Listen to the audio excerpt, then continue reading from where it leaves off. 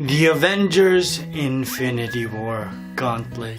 This is a cake, you guys. Can you believe it? Can you believe it? I'm really proud of the way that this came out. I'm so excited for Avengers Infinity War. As soon as they talked about like the release date, like 4 or 5 years ago maybe, I knew I was gonna make the gauntlet. I knew it was like that glove thing you're showing me, that's gonna be a cake. And now it is! So I hope you guys are excited. Let's get started.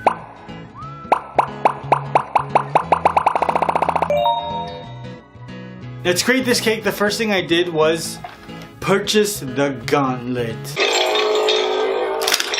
It's so cool, isn't it? Oh, this feels amazing, you guys. It just feels like the hand of God just caressing your face.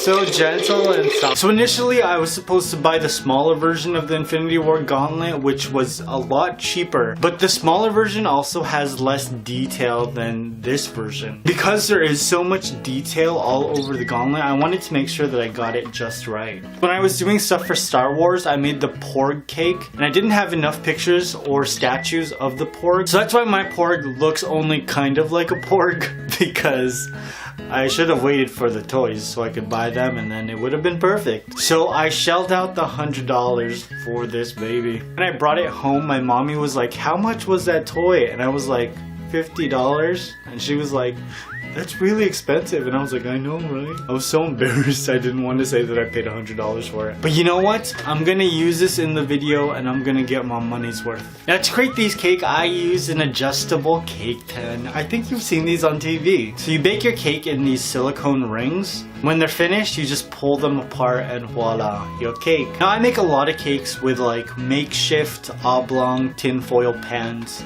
so that I can get the perfect shape for the cake that I'm creating. And this is definitely going to replace that because you can totally morph the silicone to be the shape that you need it to be. Now let's put this baby to work. The first thing I did was level off my cake using my cake leveler. Look, it works perfectly. No, it doesn't. This took so long. I'm just using vanilla cake, but I dyed it different colors. I wanted each color to match a stone on the gauntlet. So we've got red for the reality stone, purple for the power stone, blue for the space stone, green for the time stone, yellow for the mind stone, and orange for the soul stone. Now I'm gonna stack my cakes on this cake stand that I bought from Germany. It was expensive, you guys. But that way I don't actually have to build the structure. It's like sort of built already for me. I'm not sure if this is a good buy yet because you can't really give this away. You have to get all of the pieces back. I thought I could trust my mom with it and I told her like, don't lose any of these pieces, you know, because they were expensive. She threw most of it away. Can't trust anybody.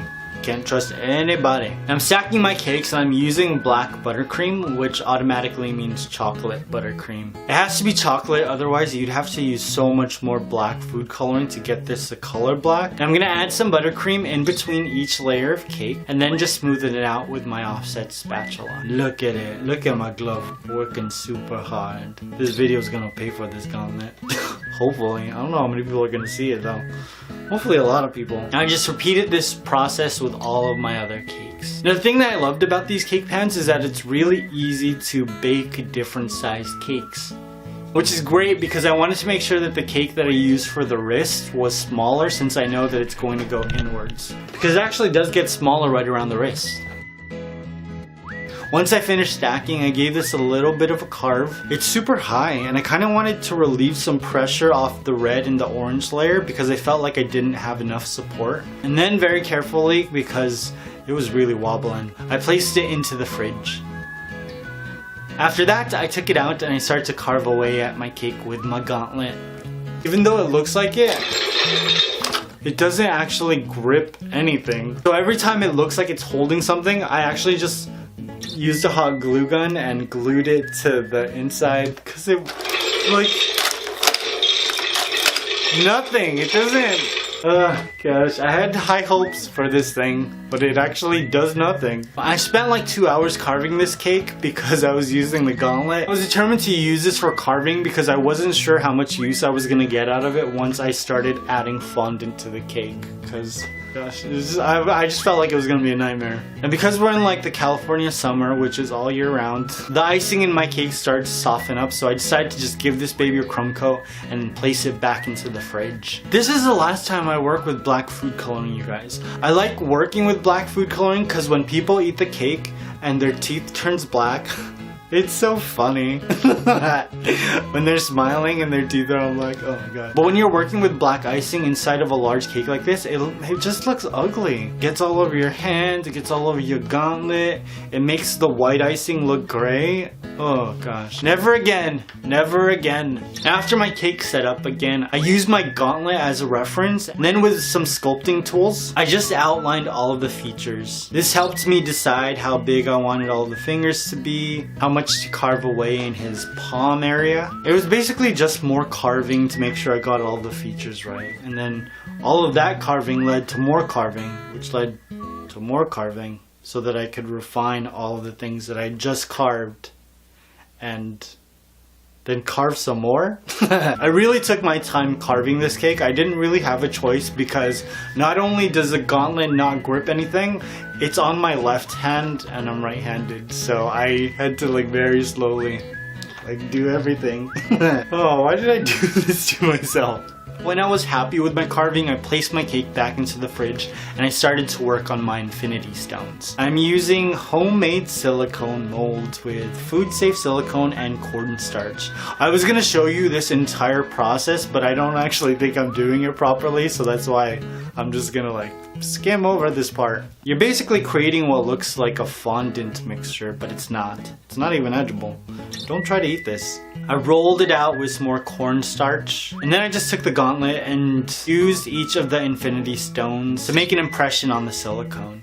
And I wanted this to look like super professional, you guys. So I used a round cookie cutter to get the shape of the outside.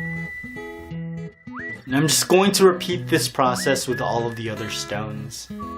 I'm curious, how do you think Thanos is going to stack up as a villain in the Marvel Cinematic Universe? I hope he's terrifying, but Marvel villains, they're kind of terrible, aren't they? They're not scary. I want them to be like nightmare scary.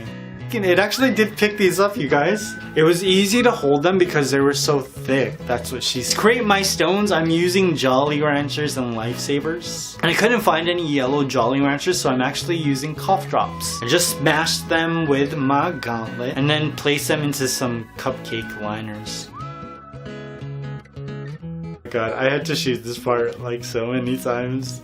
But it looks cool on camera.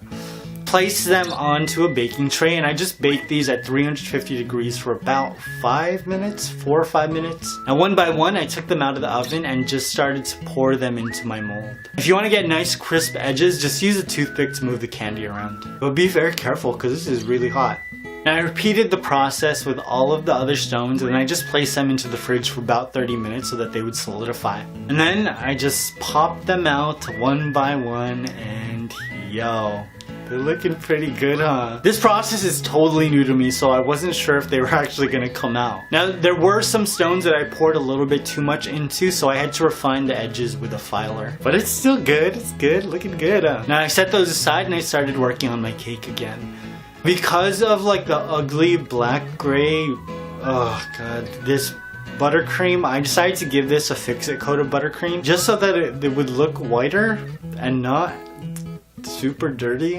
And it actually worked great because it made sure that all of the inconsistencies I had on my cake wouldn't show through the fondant. Now this went back into the fridge again to set up, and then I took it out and I started to add all of my fondant. Gauntlet game strong, huh? Now I'm using a rusted brown, actually, let's look it up. Ooh, it's like a Moroccan spice color. It's not a pretty color. I don't know why you'd paint a wall this color, but it's available. The exact color doesn't really matter because this is going to be painted with luster dust at the end. After I placed on the trim of fondant, I started to work my way up the cake. I built these pieces about 30 minutes prior so that they'd be easier to put on and I wouldn't have to think about how all of the shapes fit together. And I used my gauntlet to put on some of the pieces of fondant, but in actuality I had to lay it down and just use both hands to make sure that each piece was going on where it was supposed to. I tried, man, it's useless. I placed 2 pieces on each side and then I covered the back with a single piece of fondant. Now I wrapped his fingers with a large piece of fondant, and using some sculpting tools, I just worked the fondant in between each finger. And I also created some wrinkles right between the thumb and the index finger. And this was kind of nerve-wracking because I was scared the fondant was going to tear, but I was really gentle with my sculpting tool. After that, I started to place on all of my fondant detail pieces.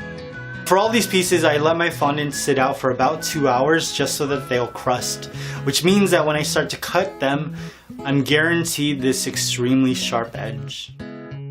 So I decided that I wanted to build this cake like an actual gauntlet. So I treated each piece of fondant as if it were materials of armor. I really wanted to feel like I was creating a weapon and not building a cake.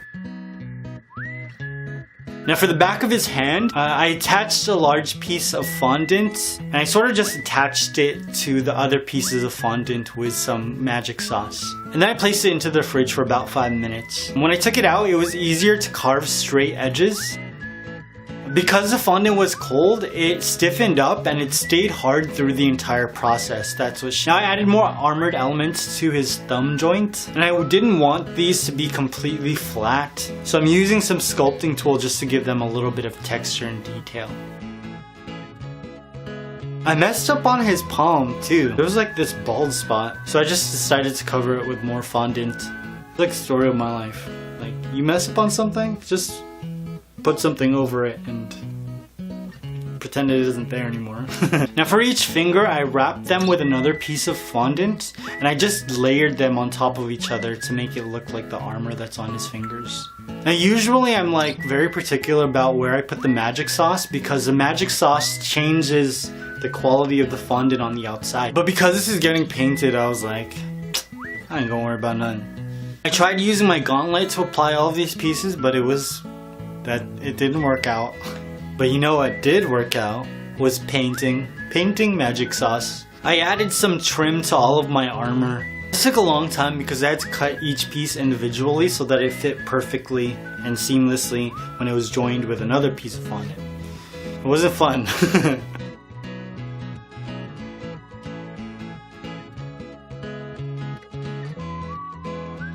Now some of the trim wasn't flat, it was like a fondant rope, so I used my fondant extruder to get that effect. Now this video is sponsored by me. Those are my hands. And those hands also created all of these designs that you can find at my Koalipops store. Ooh, do you like this? Boo boo, I think this would look so cute on you. All proceeds go to helping me fund and run this channel. Now if you want to recreate this cake, I did take a lot of pictures of my gauntlet. I posted them on my Facebook page so that you can take the pictures, you can size them up, size them down, and create the gauntlet size that you want to recreate. If you create this cake, I want to see pictures though. If I'm helping you, I want to see pictures. You better show me some pictures. Why gotta be so aggressive with it? I don't know. Now each stone sort of has like this placement frame, and the hardest one to create was for the mind stone. So first I used a template so I knew exactly where the stone was going to be placed. And then to create the frame, I used 3 different types of fondant. I was really excited after I finished the mind stone because I could see everything coming together, and it was just so good. It looks so pretty. Probably gonna praise myself a lot because I can't believe I made this. I still can't, I can't believe I went from like this cake to like this cake. I don't know. I've grown so much, but I can only attribute all of my growth to all the other cake creators on this platform. It's like if I were to win an Oscar, I would just give all of them a shout out. I'd like to thank Yolanda Gump, Zoe, Sharon, the Bake King, Cookies, Cupcakes, Cardio. You're the real MVP. Now I used templates so I knew exactly where the knuckle stones were going to be. And then I gave those a trim of some fondant as well. And voila, all of my fondant work is complete. Hallelujah! This took forever. With all my fondant work done, it was time to paint this baby. And you know what? With some hot glue gun, this baby is a good painter.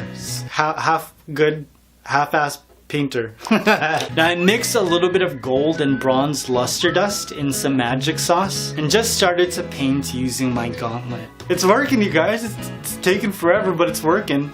So I'm curious, do you guys think I got my money's worth with this gauntlet? Did it help at all? Or do you think it hurt the video? Once I finished painting, it was time to place in all of the stones. So momentous, just like this movie is gonna be. And voila! It's looking so good! Da, da, da, da. Look at that! It's so crazy looking. Now this is definitely one of the more complex cakes that I've created, but it was totally worth it. And it's funny because I feel like I was at a disadvantage most of the time I was making this because I was only doing it with one hand. Now I'm excited about Infinity War. It's been like 10 years coming, man. I made a lot of stuff, so I made a playlist with all of the things that I created for the Marvel Cinematic Universe. I hope you guys enjoyed this. Let me know in the comments what you thought about Infinity War. How did you feel about dying? That was crazy, huh? And then when died too? Oh, my mind was blown. I love you guys. I will see you very soon.